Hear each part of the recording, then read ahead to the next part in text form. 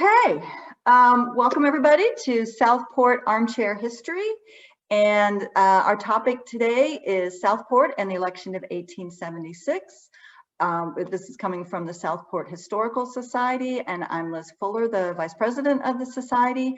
And I'd also like to give a little shout out to the Southport Library and the Friends of the Library for their help in promoting our presentations.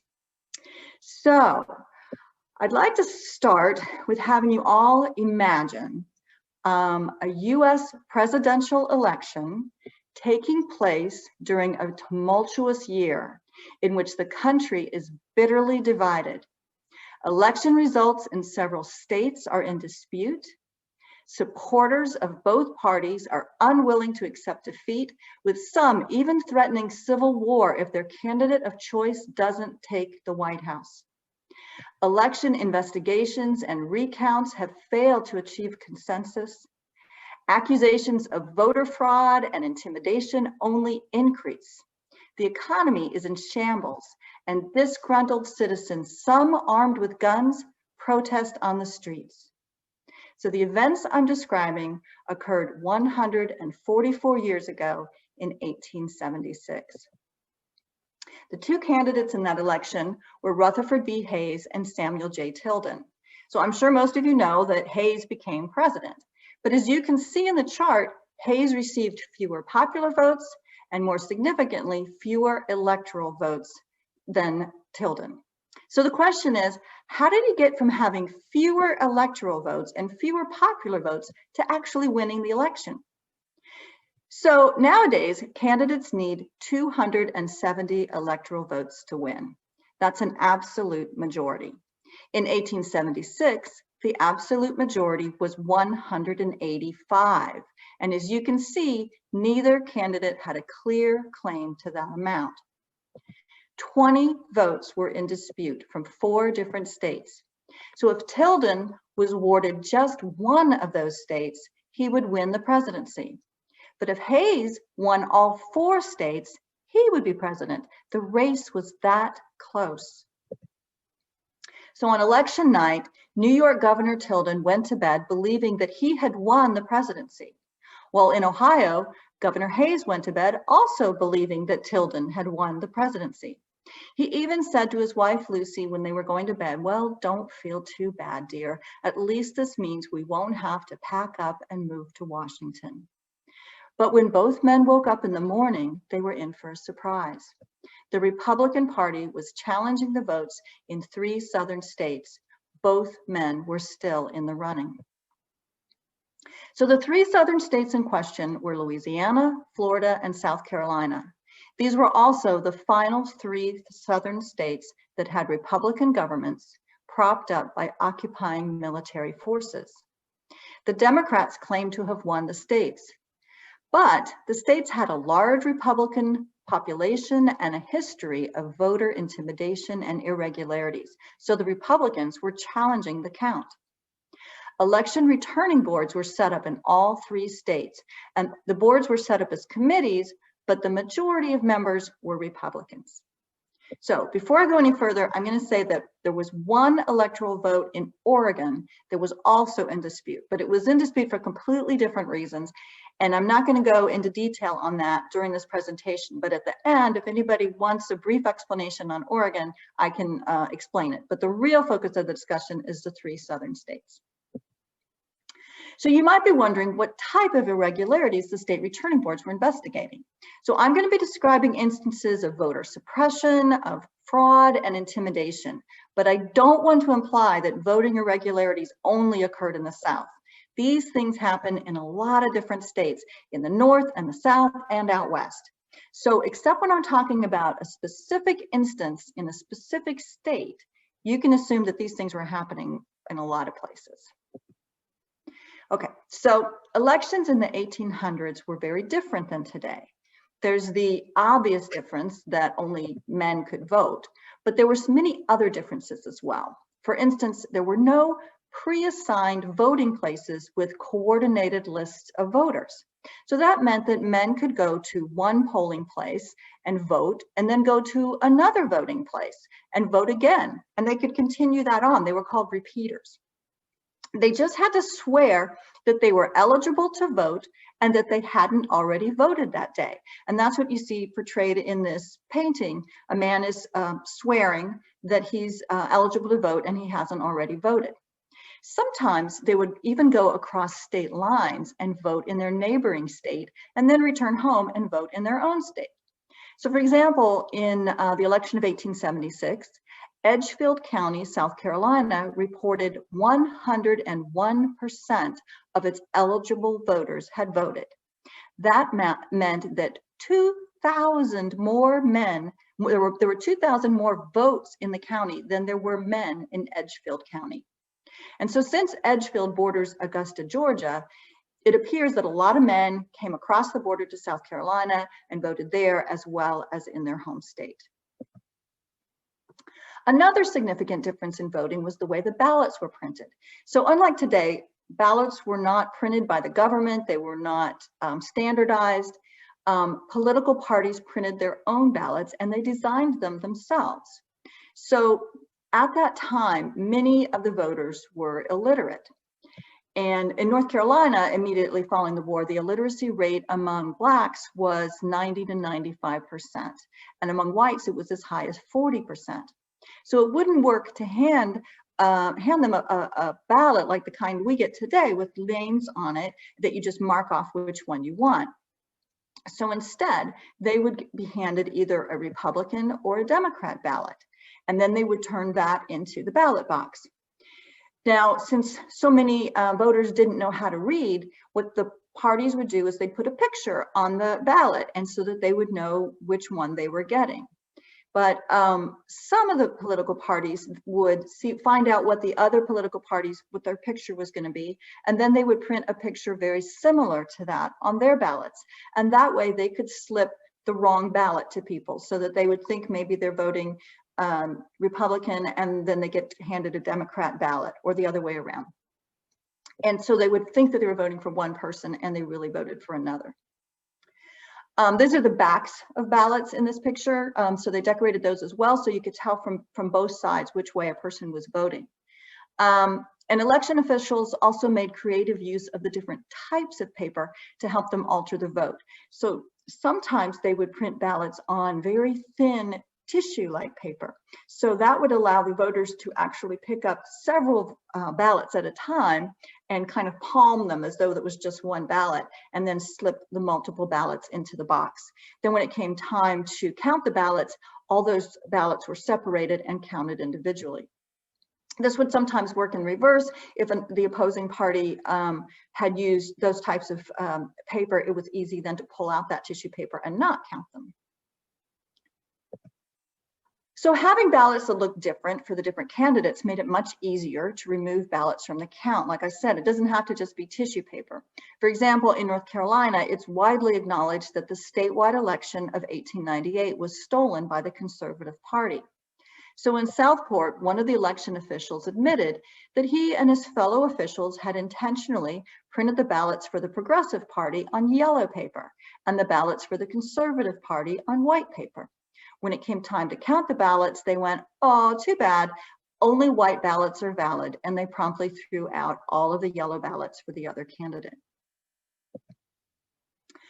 So today, we take secret voting for granted, and no matter which party we're registered for, we're free to change our mind at the polls and vote for whoever we choose.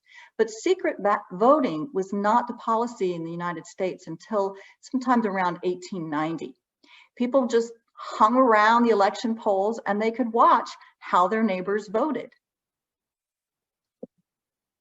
And therefore, people would try to influence how other people voted, either by intimidating them or by bribing them. Bribing voters, especially by buying them drinks, getting them drunk, and then having them vote for your party's candidate, was widely done in both the North and the South. And they would also take them to multiple polling places and have them vote multiple times. And this led eventually for a long period of time in the United States, it was illegal to sell alcohol on election day because of things like this. I think almost everywhere that's been changed nowadays, but that was the law for a long time to try to prevent this type of behavior. So intimidation was also prevalent, not as blatantly as in this cartoon where the men are literally standing at the election polls with a gun to the voter's head, but there would be violence, threats, and intimidation of voters and their families leading up to the polls, encouraging them to vote for the desired party. One of the inventions that allowed people to know how their neighbors were voting was this ballot box that was made of glass. It allowed the votes to be seen inside the ballot box. So you don't have any privacy, but it also gives you a reassurance that nothing funny is going on in the ballot box, that your vote's going to be counted and there's not going to be extra votes counted. This was seen as an advantage over the wooden ballot boxes where you couldn't see what was going on. And those boxes a lot of times had secret compartments in them. So they'd have a false bottom or they'd have a false side compartment that would be pre-filled with ballots. So when they would go to open them and count the ballots, they would open up the secret compartments, they would mix in the pre-stuffed ballots and mix them all together and count those. So it was another way of ballot stuffing. So the Black population of the 3 disputed states was very high, and coercing or bribing Republican voters to vote for the Conservative Party and then following through to ensure they did it was a huge task. It made sense somewhat in the North where the parties were more evenly divided or they were focusing on immigrants. But in the South, they realized it would work just as well or even better to just discourage Republicans from voting at all. So many of them, former Confederate soldiers, formed paramilitary groups to terrorize and intimidate Blacks and Republicans from voting. So most people have heard of the Ku Klux Klan or the KKK. These newer groups were called the Red Shirts and the White League or the White Men's League. And in addition to these formal groups, there were also many informal rifle groups that acted as vigilantes and militias. The Red Shirts started in Mississippi in 1875, and then they were also active in South Carolina and North Carolina. And that photo there, those shirts they're wearing are actually red. And that photo was taken in Wilmington in 1898. The White League, they had a formal purpose and which they wrote up, and part of it said that their purpose was to defend a hereditary civilization in Christianity menaced by a stupid Africanization. One of the things that was scary about these groups is that they were in some ways bolder than the KKK because they were willing to operate in broad daylight and didn't wear masks. Everyone knew who they were. But over time, they had become more and more, as violence became more and more common, they had become more and more confident that they would not be held accountable for their crimes. So they worked to turn Republicans out of office, to disrupt their political organizing. So if they were trying to gather together and have a political meeting somewhere, they would come and break it up. And they would use force to intimidate and terrorize freedmen to keep them from the polls. But you know, anytime you see a militia like this, these are the henchmen. These are usually guys who are really willing to go out and ride and rough people up, but they're not necessarily the ones, there's usually someone behind what's going on. So these guys had backers of the more of the upper class who had money and education, and those guys would provide them, they would finance purchases of arms. So they would provide up-to-date arms like Winchester rifles, Colt revolvers, and what we saw in Wilmington in 1898, even purchasing a Gatling gun. So a lot of times I hear it implied that the freedmen voted Republican out of a sense of loyalty or sentimentality or gratitude to Lincoln. It was Lincoln's party, or because they were bribed into voting that way.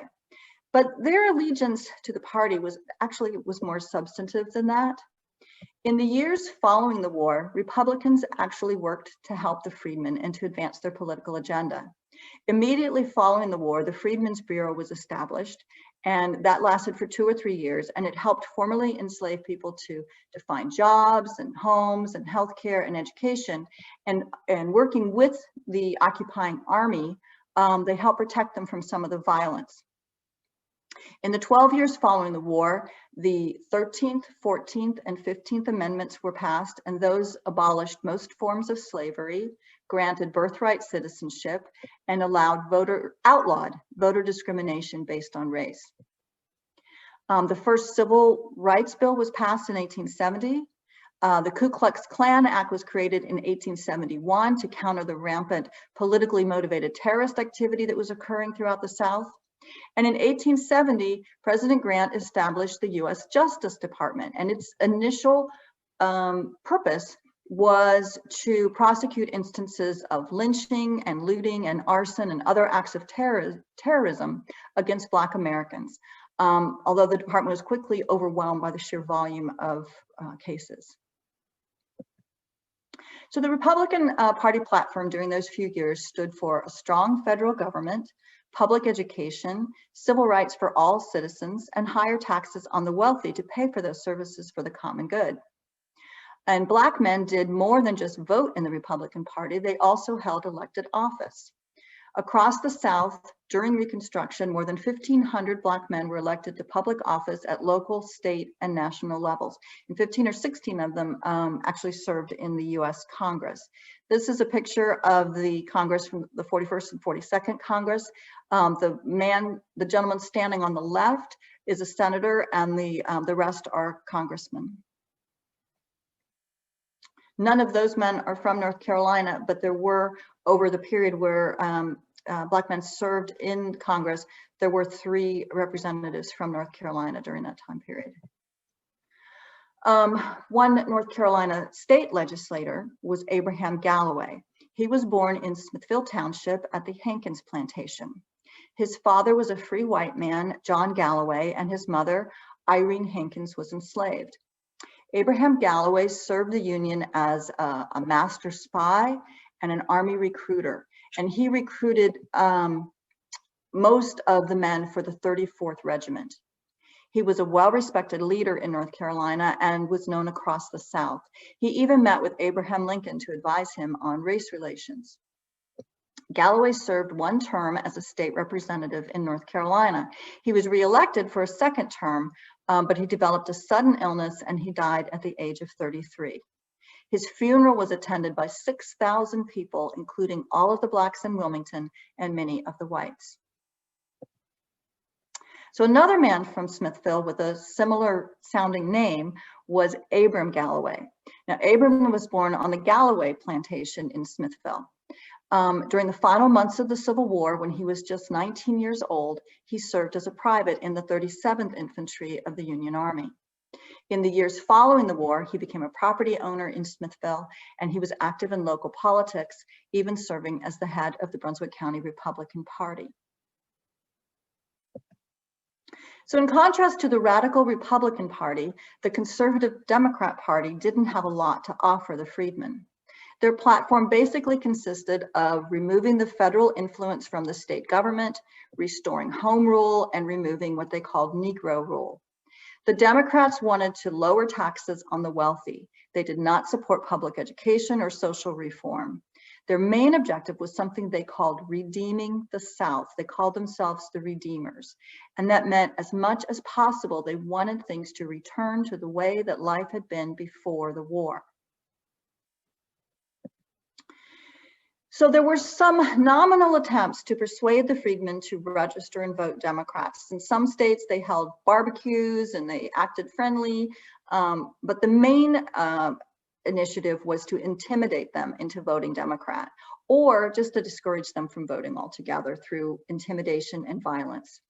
So some of the less violent intimidation tactics were things like they threatened their job if they voted the wrong way, or they would be threatened that they would be burned out of their house or otherwise endangered.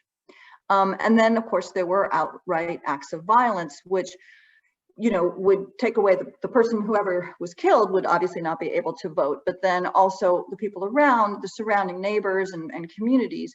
As we know, terrorism has a wide effect, and so they would be intimidated into not voting as well. So I'd like to take a moment to examine this poster.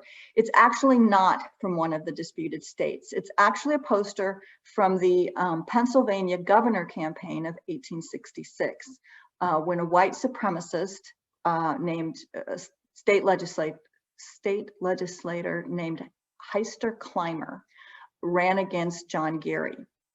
So you can see that this is a very similar kind of poster as we saw in the South, and that it was very much against what they call Negro suffrage, or voting for Black people. So the pictures on this poster are not of the candidates themselves. These are supposed to represent the party constituents. So we see on the Democrat side, from Clymer's side, the platform for the white man, we see this intellectual looking, distinguished looking white man. And then on the Republican side, we see this stereotype of not very flattering stereotype of an African-American man. So they're supposed to represent the party's constituents. And so to Pennsylvania's credit, they did not elect Clymer and Geary. Did not elect Clymer. Geary served 2 terms as a governor. So I just wanted to point this out, that this type of blatant racism was not confined to the South. So let's talk about some examples of the violent intimidation that did occur in the disputed states. In 1873, in Colfax, Louisiana, there was a confrontation between Black men who were holed up in a courthouse. This was on Easter Sunday, and several large groups of white militia groups. When the men in the courthouse refused to come out of the building that was surrounded, the building was set on fire. So the men then who ran from the burning building were run down and killed. Others who waved a white flag and surrendered were captured, taken prisoner, and then executed. Only one man survived, and it's only by accident. He was thought to be dead.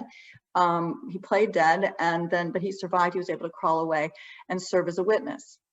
So historian Eric Foner, who focuses a great deal on the Reconstruction era, he describes this as the bloodiest single instance of racial carnage in the Reconstruction era. He said that the Colfax Massacre taught many lessons, including the lengths to which some opponents of Reconstruction would go to regain their accustomed authority. And among Blacks in Louisiana, the incident was long remembered as proof that in any large confrontation, they stood at a fatal disadvantage. So these are markers from Colfax that exist today.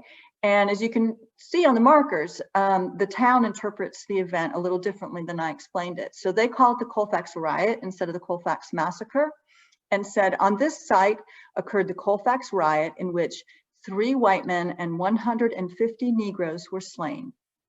This event on April 13th, 1873, marked the end of carpetbag misrule in the South. So carpetbag referred to Northerners coming down, and it referred to Republicans. This other monument lists the names of the 3 men who died. It says, erected to the memory of the heroes, Stephen Decatur Parris, James West Hadnot, and Sidney Harris, who fell in the Colfax Riot fighting for white supremacy, April 13th, 1873. And then the picture that you see is of families pulling their family members away for burial after the riot, after the massacre. Okay, that was in Louisiana. And then in South Carolina, a similar confrontation and massacre took place in the city of Hamburg, which was an all-Black community in a predominantly Black county in South Carolina. There was a confrontation. It left 1 white man dead and half a dozen Black men dead. And it set off several days of violence across the county, which left 100 Black men dead. The town of Hamburg itself no longer exists. It was flooded out in 1929. But a few years ago, a local nonprofit did put up a sign commemorating the event in a nearby community. So you can see this is a more modern modern interpretation. It says the Hamburg Massacre, which occurred nearby on July 8th, 1876, it evolved out of a dispute that happened on the 4th of July, was one of the most notable incidents of racial and political violence in South Carolina during Reconstruction. White Democrats across the state organized rifle clubs to intimidate Black and white Republicans during the gubernatorial election of 1876. Clashes between groups of armed men were frequent, in some cases even including the militia. After a dispute between whites and a Black militia company, about 200 men from local rifle clubs tried to disarm 38 Black militiamen and others barricaded in a warehouse. One white was killed and men on each side were wounded before the Blacks fled. 2 Blacks were killed trying to escape. Whites captured 25 to 30 Blacks and executed 4 of them. 87 whites were charged in the massacre, but were never tried for it. So my point is that Black voters didn't endure this type of violence and murder and being burned out of their homes to vote simply because they had some kind of sentimental affection for Abraham Lincoln or because they were being tricked into voting Republican.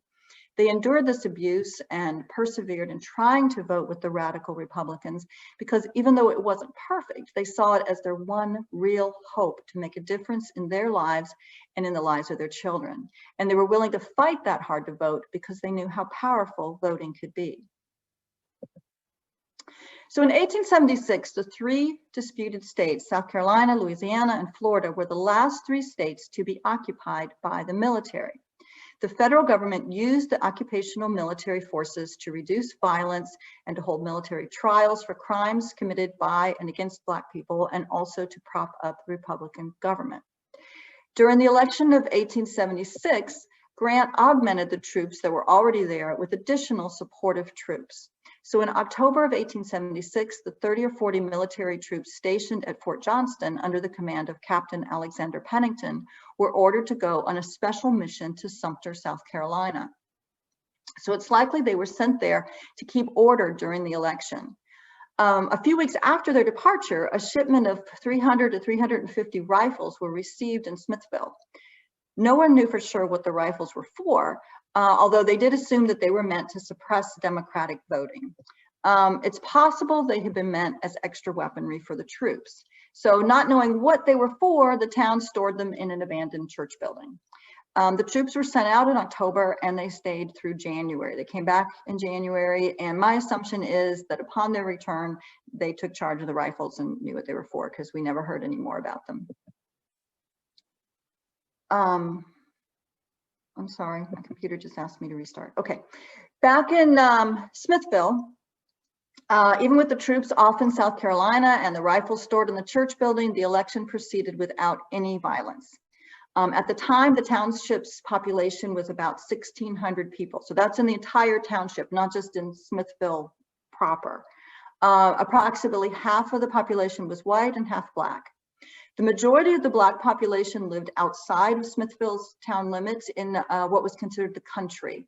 And this centered along Jabbertown Road.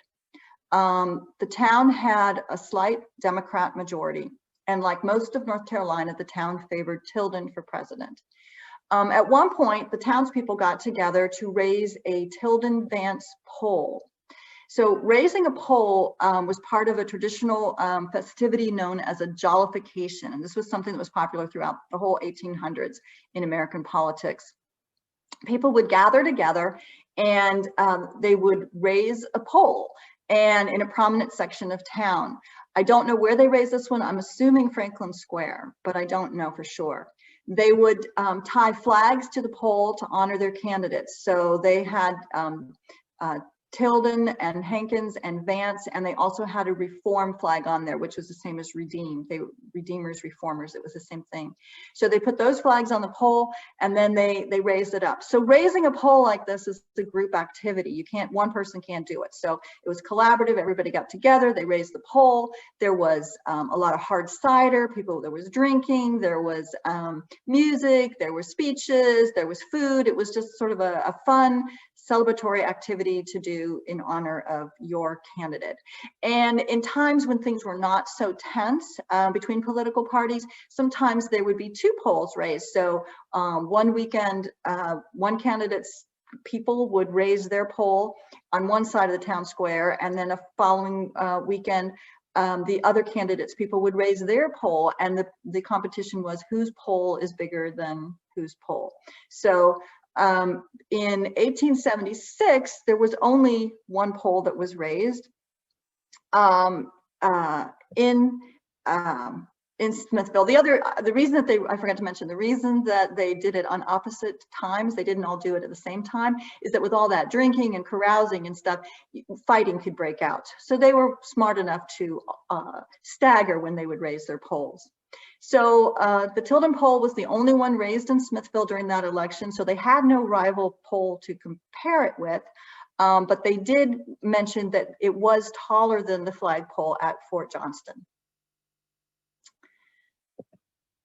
So in Smithville Township, Tilden won the election with 180 votes to Hayes's 163. So it was a narrow margin of 17 votes. And the paper said that in Smithville Township, both parties voted with full strength. So the assumption is that this is a pretty accurate count of the voters in the area.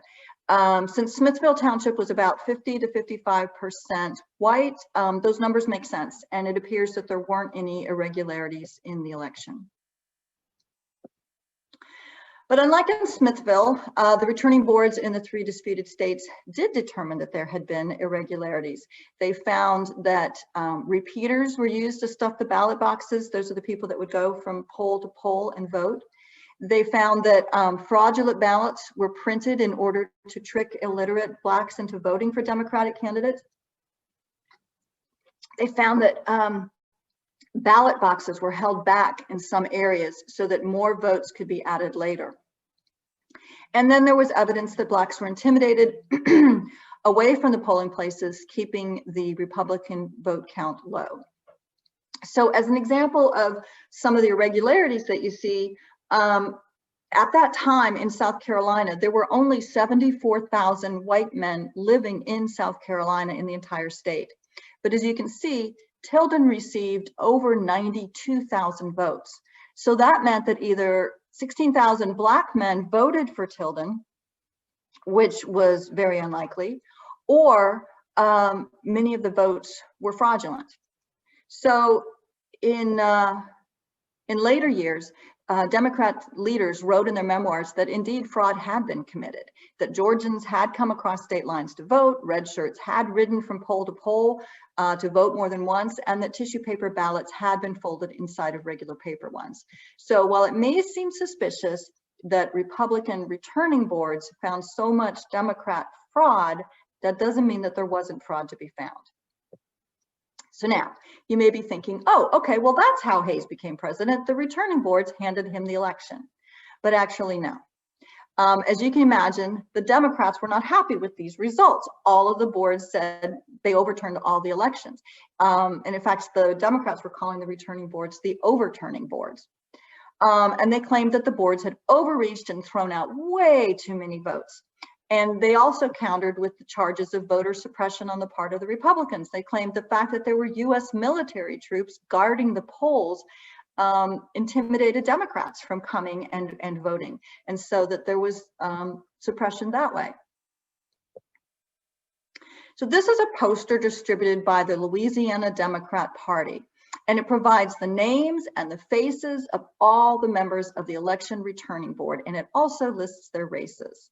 So I can't help but think that this was done to rile people up and also to intimidate the members of the returning board, whose lives would then be at risk because their names and faces were right out there. So the Constitution has a contingency plan for elections in which the candidates tie, which is what happened in 1800, or when none of the candidates get an absolute majority of the electoral votes, which is what happened in 1824. And in those elections, the final decision was turned over to Congress to decide who was going to be elected, and each state got a single vote. But in this situation, in which the states sent in 2 sets of electoral votes, I'm sorry, I think I forgot to tell you something. Hold on.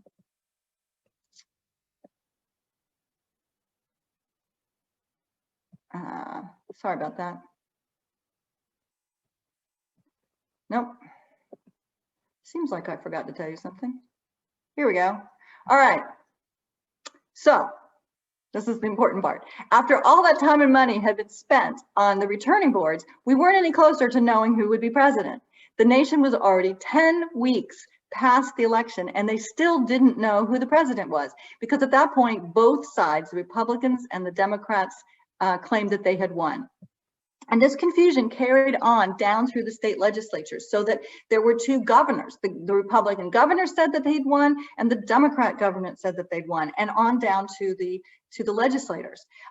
In South Carolina, the Republican governor, who was the incumbent, actually barricaded himself into the governor's mansion. And the newly elected Democrat governor, who said he had won, he set himself up at the Capitol building. And then there were two sets of legislators, and they actually would both meet in the Capitol building, and the speakers would share the same speaker desk. They wouldn't meet at the same time, but they both used the same speaker desk. And but they each had their own gavel that they would bring and use during the meetings. So you had these two competing sets of governments in these three states. And so what they did was they each selected their own electors. The electors each cast their own electoral votes, and they each sent them up to Washington. And so each state sent two sets of ballots up. It's important. So again, the Constitution did not have a plan for that. When they received more than one set of votes, electoral votes, that was not covered in the Constitution, and it was a true constitutional crisis. So President Grant and the Democrat majority Congress decided they would resolve this by creating a special ad hoc committee. It was called an Electoral Commission, and that commission was going to determine the correct votes for these four states. So they decided this commission was going to be, their decisions would be binding by Congress. And it would be composed of 15 men, so there couldn't be a tie. And there would be 5 from the House, 5 from the Senate, and 5 from the Supreme Court. Now, the men that they picked, 7 were Democrats, 7 were Republican, and 1 was a man who everyone considered an independent. And so this was was thought out between the Democrat House and the president, Republican president, and the Republican Senate somewhat reluctantly agreed to the plan. So they went ahead and decided this was the plan. But then the Democrats got a little too clever for their own good. So the 15th member of the commission was Supreme Court Justice David Davis. He was the one that everyone considered an independent. And they figured he would be the tiebreaker and would keep everything fair.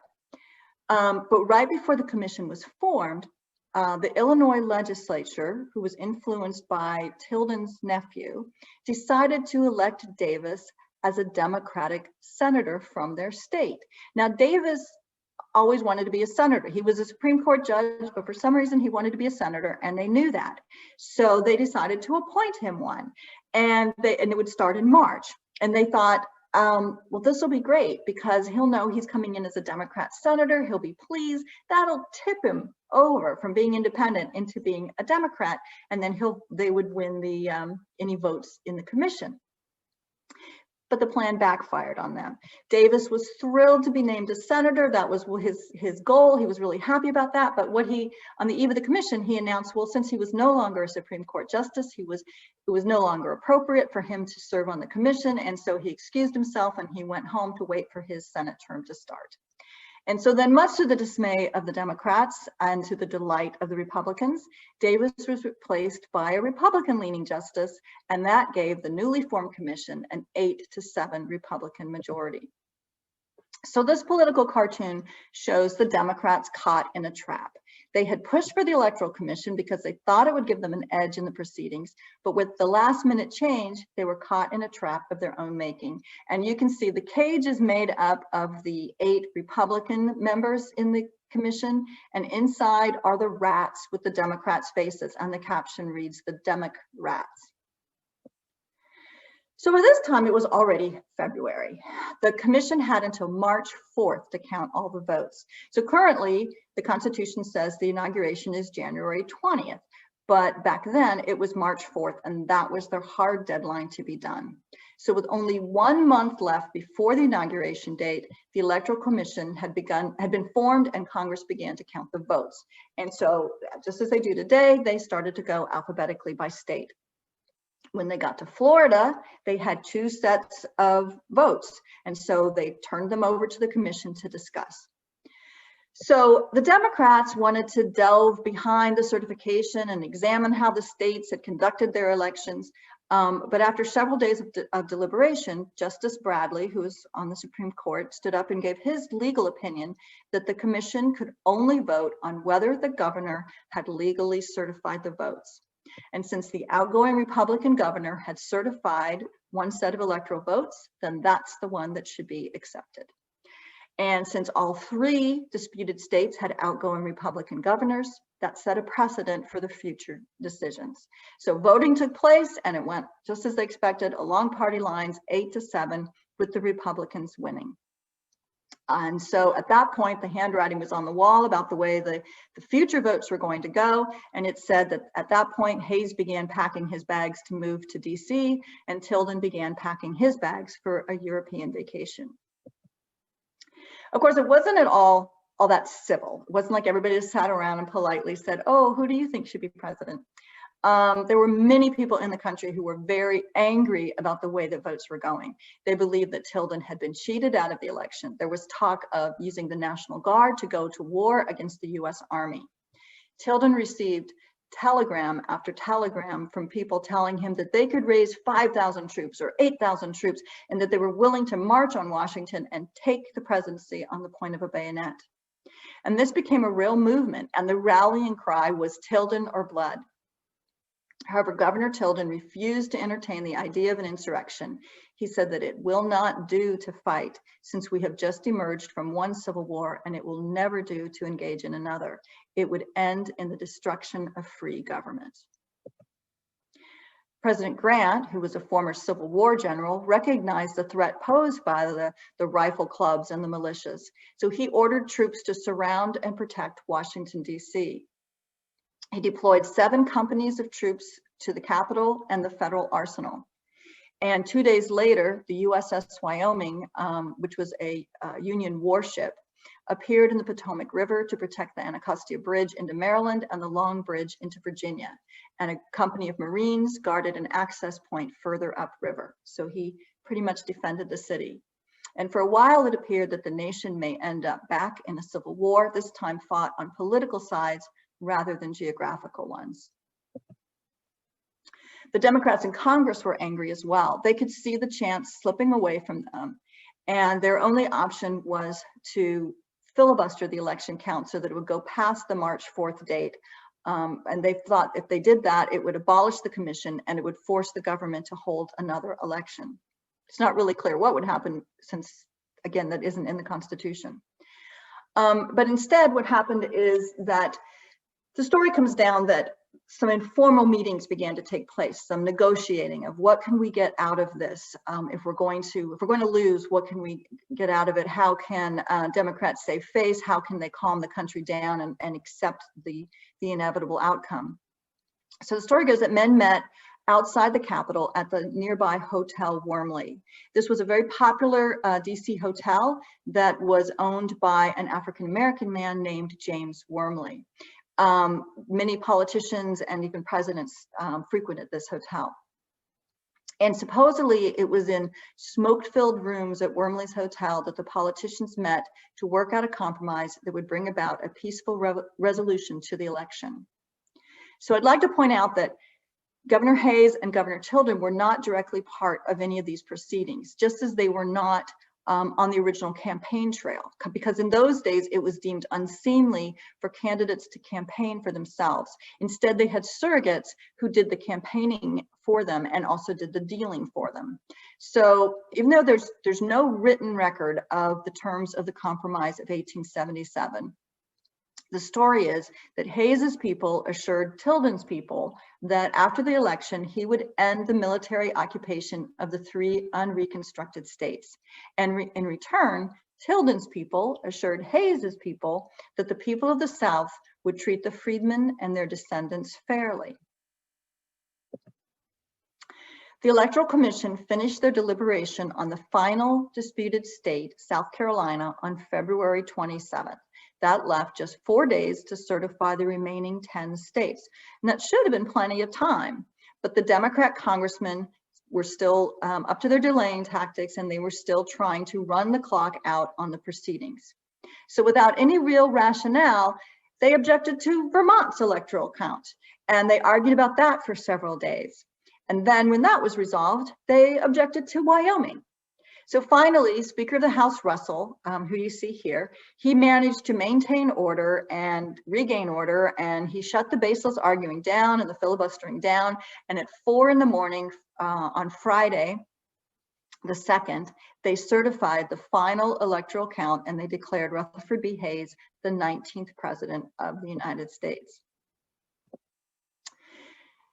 So at that time, inaugurations were held on March 4th. Except when March 4th fell on a Sunday, as it did that year. In those cases, the inauguration was held on Monday. But that would mean there was a gap day, because Grant would no longer be president as of noon on the 4th, and then Hayes wouldn't be sworn in until the 5th.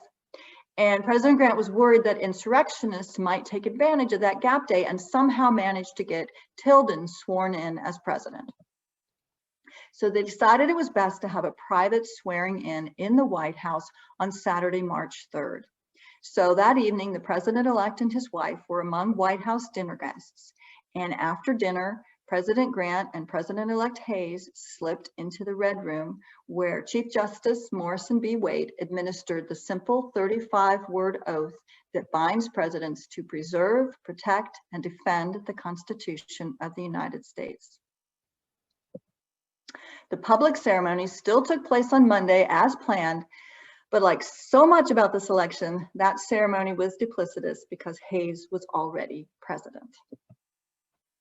And so the country averted an insurrection, a coup, and a second civil war. The fact that we did was due in large part to the demeanor of the men at the center of the controversy.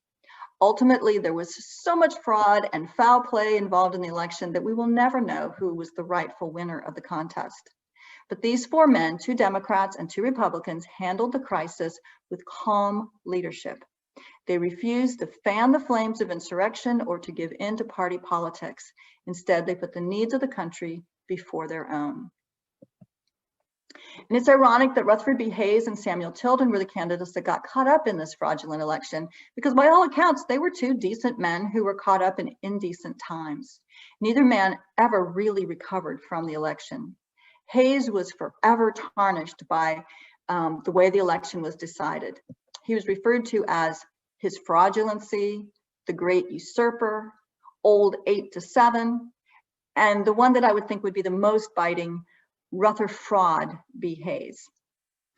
He announced early on in his presidency that he would only serve 1 term, which made him a lame duck for the entire 4 years. Samuel J. Tilden did feel that the election had been unjustly taken from him.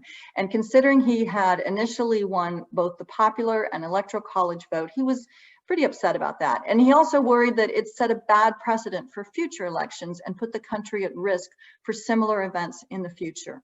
Still, he tried to maintain a philosophical attitude about the election, stating that he would go down in history as the only man who was awarded the honor of being elected president without having to take on any of the burdensome responsibilities of the office. Following the election, he promptly left for a year-long European vacation. After that, he pretty much lost all interest in politics, and he never served in public office again.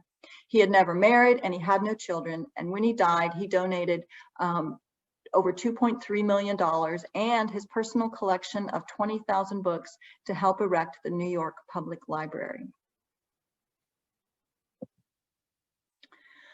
Unlike Tilden, Rutherford Hayes did have to shoulder the responsibility of the presidency. The Compromise of 1877 is also called the Great Betrayal.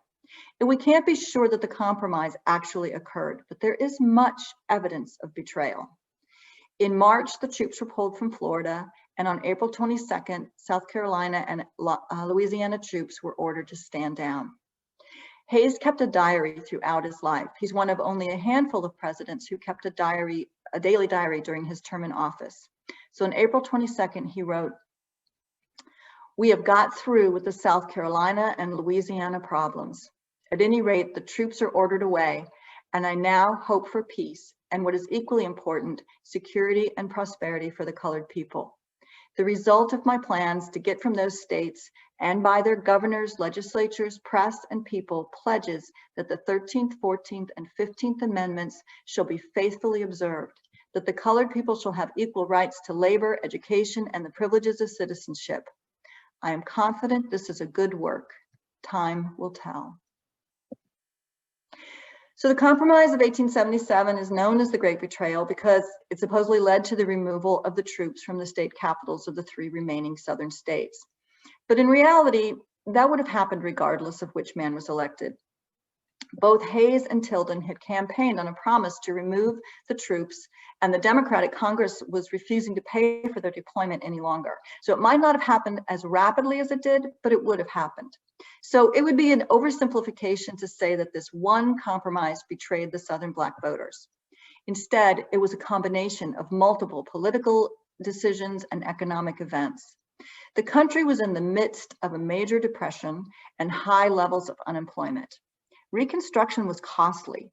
The North had been dealing with issues of Black citizenship for over a dozen years. And frankly, they felt they had done enough. They'd fought a war, they'd passed laws, they'd passed constitutional amendments, and they'd grown weary of a problem that didn't seem to have an easy solution. So in my opinion, and you can take this or leave this, have your own opinion, but that as a country, we're more comfortable with problems that have a quick and decisive solution. We like to win a war, find a cure, build a railroad, dig a canal, put a man on the moon. We tend to be impatient with problems that are more nuanced and multifaceted. And in their frustration, Northerners began to blame the Black people themselves. If the problem hadn't been fixed with all the help that they'd been given, then maybe they were the ones to blame for the circumstances, and maybe they were not worth the effort. At the same time, the Supreme Court began to make decisions that undermined and whittled away some of the progress that had been made. In 1883, the court declared the Civil Rights Act of 1875 unconstitutional, opening the door for African-American disenfranchisement. The court also said that Congress lacked the constitutional authority under the 14th Amendment to grant equal protections under the law to Blacks, stating that only states and local governments could do that.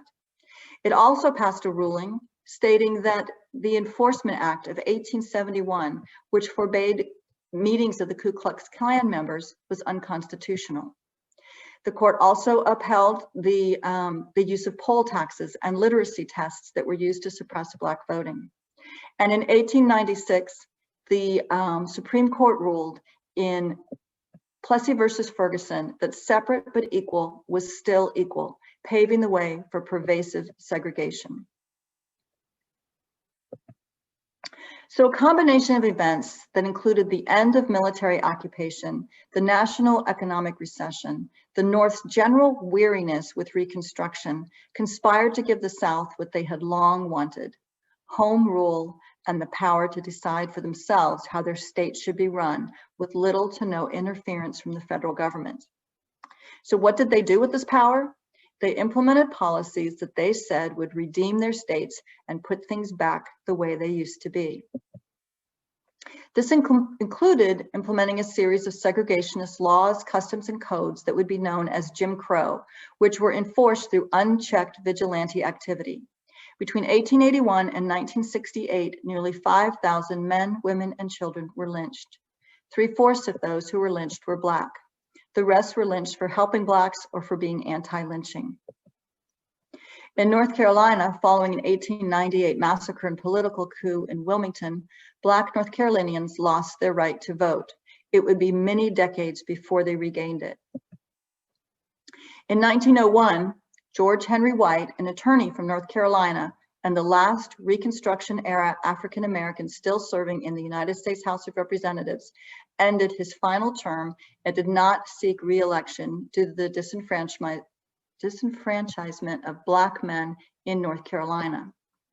Before his term ended, in response to the violence that had taken place in Wilmington, White introduced the first anti-lynching bill to Congress, where it died in committee. In the 120 years since then, over 200 anti-lynching bills have been introduced to Congress, including as recently as last year. None of those bills have passed. Lynching is still not a federal crime. It remains up to the states themselves to prosecute. On White's last day in office, the legislature in Raleigh held a celebration. They were glad to see him go. There wouldn't be another Black congressman from North Carolina until 1992. But the final act of betrayal to Southern Blacks was by the Republican Party. Jim Crow laws took away voting rights for African Americans in the South. The South became a one-party region known as the Solid South. For decades after the 1876 election, Southerners voted unilaterally Democrat. You can see evidence of the Solid South in these Electoral College maps. And with no potential Republican votes to be had in the South, the party abandoned the concerns of Black Americans living in those states. Instead, they turned to the new states, forming in the West to obtain more votes without having to butt up against the Solid South. By doing that, they were able to win 6 of the next 8 elections without the Southern vote and without the Southern Black Republican vote. And so in the end, both parties, the Republicans and the Democrats, abandoned the Southern Blacks and ignored their needs for nearly 90 years until the civil rights movement of the 1950s and 1960s, when they refused to be ignored any longer. One lesson the federal government did learn from the election of 1876 was that they didn't want to go through that election experience again. So they set about tweaking the election process. They created a law called the Electoral College Act of 1887. This law places the responsibility for resolving election contests and challenges to presidential elections on the states themselves. The states can review disputed ballots, conduct post-election audits, double-check numbers for accuracy, and they can conduct recounts. They must nominate a slate of electors prior to the election and then select them based on the final results of the election. And as long as they certify their results 6 days before the Electoral College meets to vote, it's a date that's commonly called Safe Harbor Day, then their election results cannot be challenged by Congress. Once Congress sees that the votes have been certified, they're not supposed to look behind the certification. On the occasion that Congress does have an objection to a state certification, it has to come from both a senator and a representative, and it has to be submitted in writing, and discussions can't go any longer than 2 hours. And this avoids the lengthy filibustering that was experienced in 1876.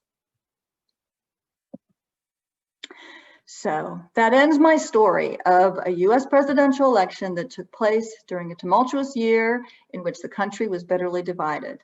Election results in several states were disputed. Supporters of both parties were unwilling to accept defeat, with some even threatening civil war if their candidate of choice didn't take the White House. Election investigations and recounts failed to achieve consensus. Accusations of voter fraud and intimidation only increased. The economy was in shambles. Disgruntled citizens, some armed with guns, protested on the streets. It all happened 144 years ago, but we're still here to tell the story. Our nation has survived. And so my hope is that this bit of history brings you all some perspective as we live through our own historic times. Okay, I'm going to stop sharing and turn my screen around and see if you guys have any questions. You can unmute yourself.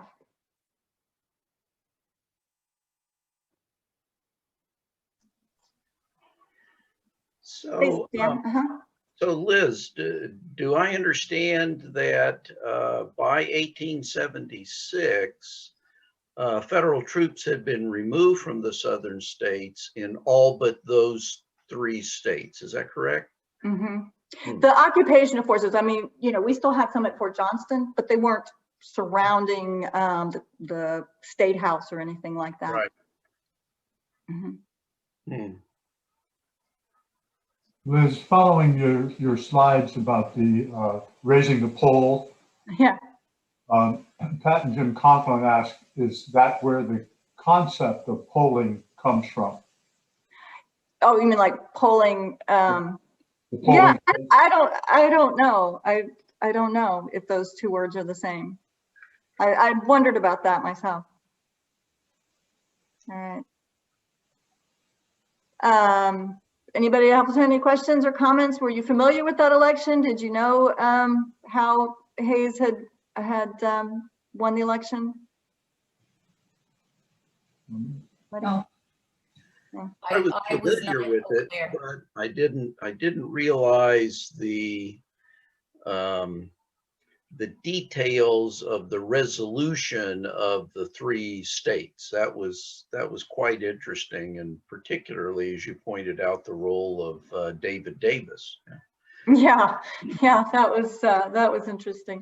And once they withdrew the troops, then there were two conflicting governments. So there was the Republicans and the Democrat government. When they withdrew the troops, then the Republican governments had to they sort of disappeared because they didn't have any way of staying in office after that.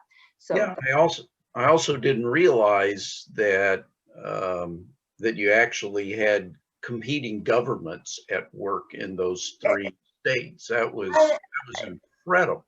I don't know how they managed to do that. They were actually also both charging taxes.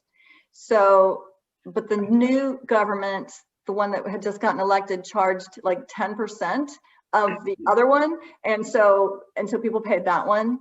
So it must have just been absolute chaos. I cannot even begin to imagine how chaotic it was. And that was a good 4 or 5 months, because the election was in November and things weren't resolved until March. So I can't even imagine the chaos.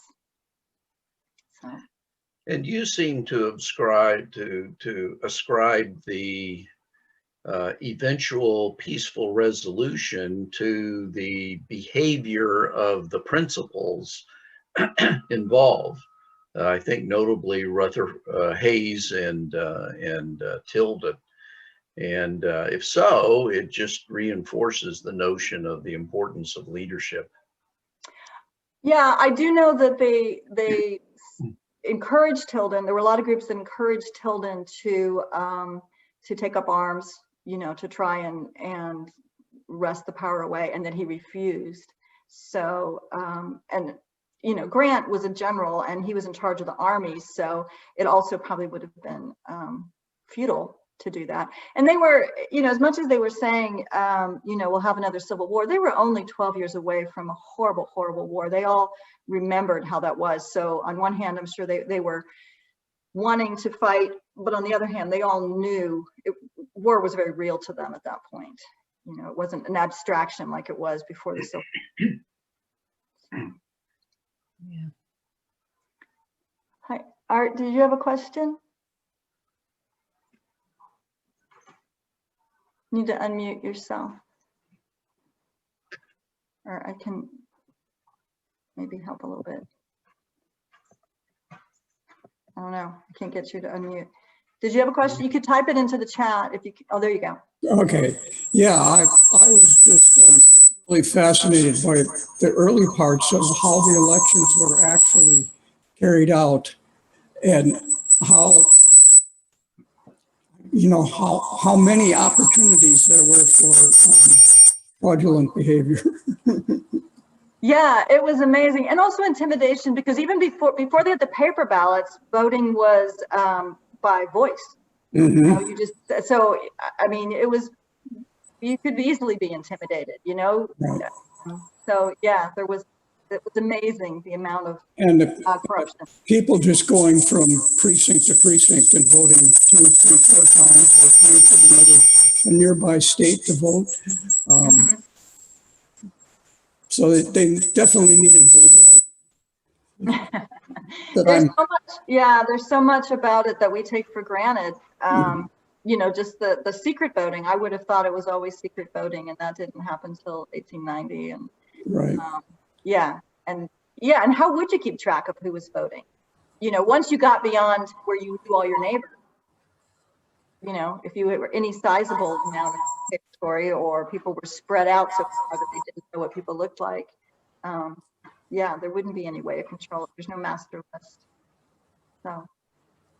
Yes. Anyway, I thank you for that. It was a great presentation. Okay, good. Anybody else?